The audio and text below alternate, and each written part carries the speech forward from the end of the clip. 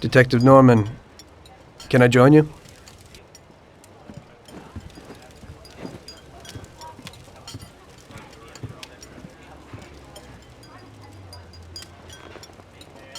Sorry for the delay, but I didn't want anybody seeing me, if you know what I mean. What can I get you, sir? Just a coffee. Coming right up. It's not my habit to sit with people like you. Got a business proposition for you, Detective. I ain't no businessman. And even if I were, I wouldn't be doing business with the likes of you. I don't usually do business with your kind either. But this is a bit of a strange deal. Good for you and your superiors, and good for me. It concerns a certain kind of trade. Trade? Well, let's just say that I hold a high position in a not-so-legal organization. It's just the kind of organization people such as yourself would like to know a lot about. And I, on the other hand, for certain reasons, don't want... Your coffee, sir. Thanks. I have my own personal reasons why I don't want to be associated with this organization. It ain't too easy to leave this kind of business, if you know what I mean. I think I know where you're coming from. You'll get a bullet in your head if you don't disappear quickly, right? That's not the only reason. Got any kids, Detective? I've got a wife and daughter. I don't want them to have any problems because of me. Yeah, well, I ain't just gonna hand out protection to any wop crook. You should have thought about them kids before, 'cause I... Sure. Listen, I don't want something for nothing. So here's the deal. Does the name Salieri mean anything to you? Salieri? It damn well does. You got something in common with him? You could say that. I've worked for him for several years. Now he wants to rub me out. If you protect my family and me, I'll tell you everything. Names, dates, accounts, everything. Enough to put him away for life. I ain't Santa Claus. If I go to the chief with this, I need to know everything you know. And I have to be sure you'll testify in court. Sure. If you ain't in a hurry, I'll tell you my whole story. And all the deals I've worked on over the years. Okay. I've got time, and I'm listening.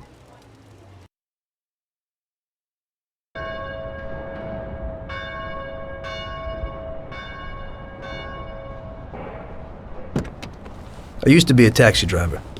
Even though I wasn't making much and I worked from dawn to dusk, I was glad to be working.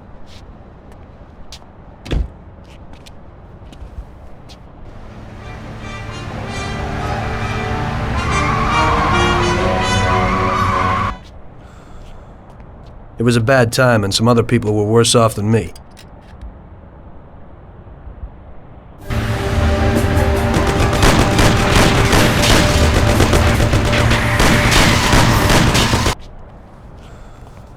It was that very taxi that drew Salieri's people to me in the first place.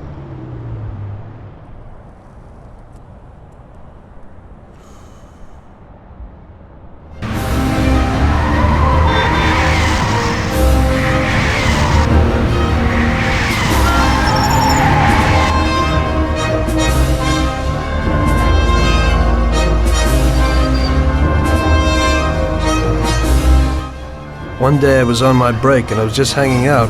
Suddenly I heard a tremendous crash. Sam! They got me! Damn it! Climb up and move. There's a taxi. We'll be okay. It was clear to me that these guys had to get out of there fast, so I thought it was best to cooperate, rather than ending up with a hole in my head. Move it. Come on.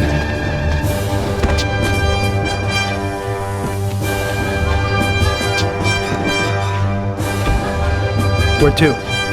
Anywhere! Fast! I hope you're damn fast. Faster than Sam here was. I burned rubber out of there like a bat out of hell.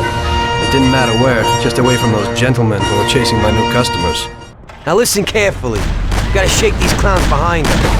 If you don't do it, then we're done for. That includes you. Step on it, kid. I'll kill you! Step on it or we're done for!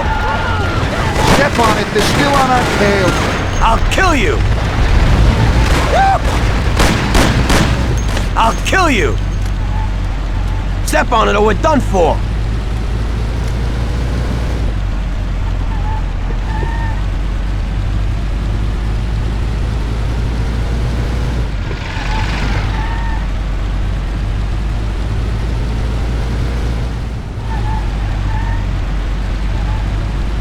Wait! We made it! Good work, brother. Now take us to Salieri's bar. I'll show you the way.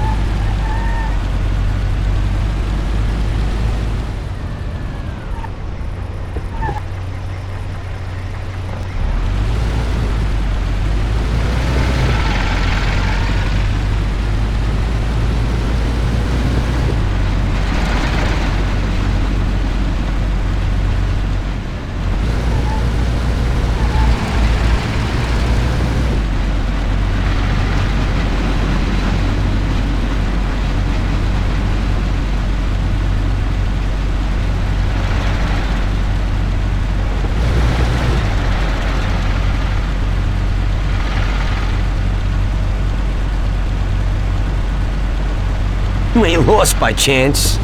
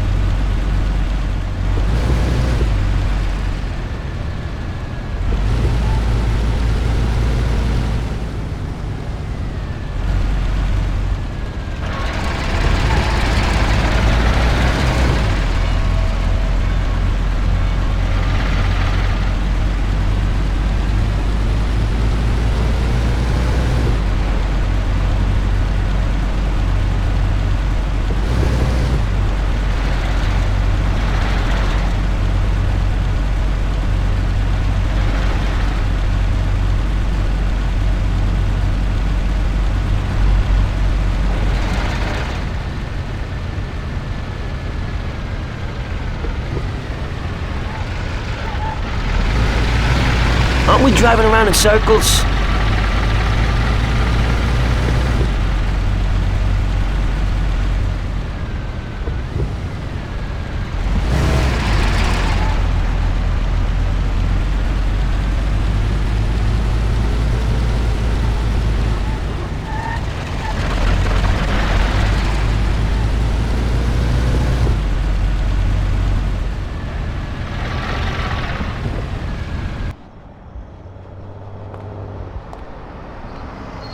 Finally, we're home.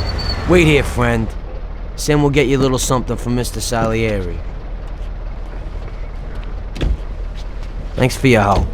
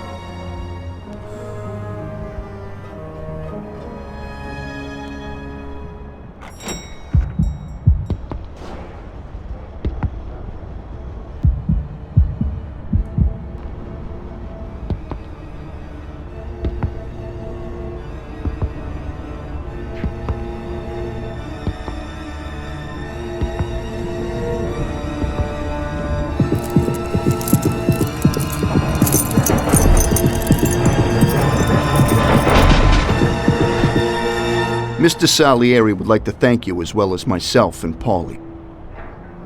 It's compensation for the damage to your car and your services. It should be enough. Yes, of course. Thanks. Give my regards to Mr. Salieri. Mr. Salieri wants you to know that he is very grateful to you. If you ever need anything, you can come back and ask for help, because Mr. Salieri doesn't forget about friends who have helped him out. If you're interested, maybe we could find a job for you here, and it would pay well. We always have positions for guys as good as you. Okay.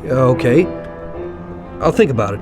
Thanks. Really thanks. I'd better go to fix the car and so on. All right. I understand. Just think about it. And I hope it's clear that this matter is only between ourselves. You take care, kid.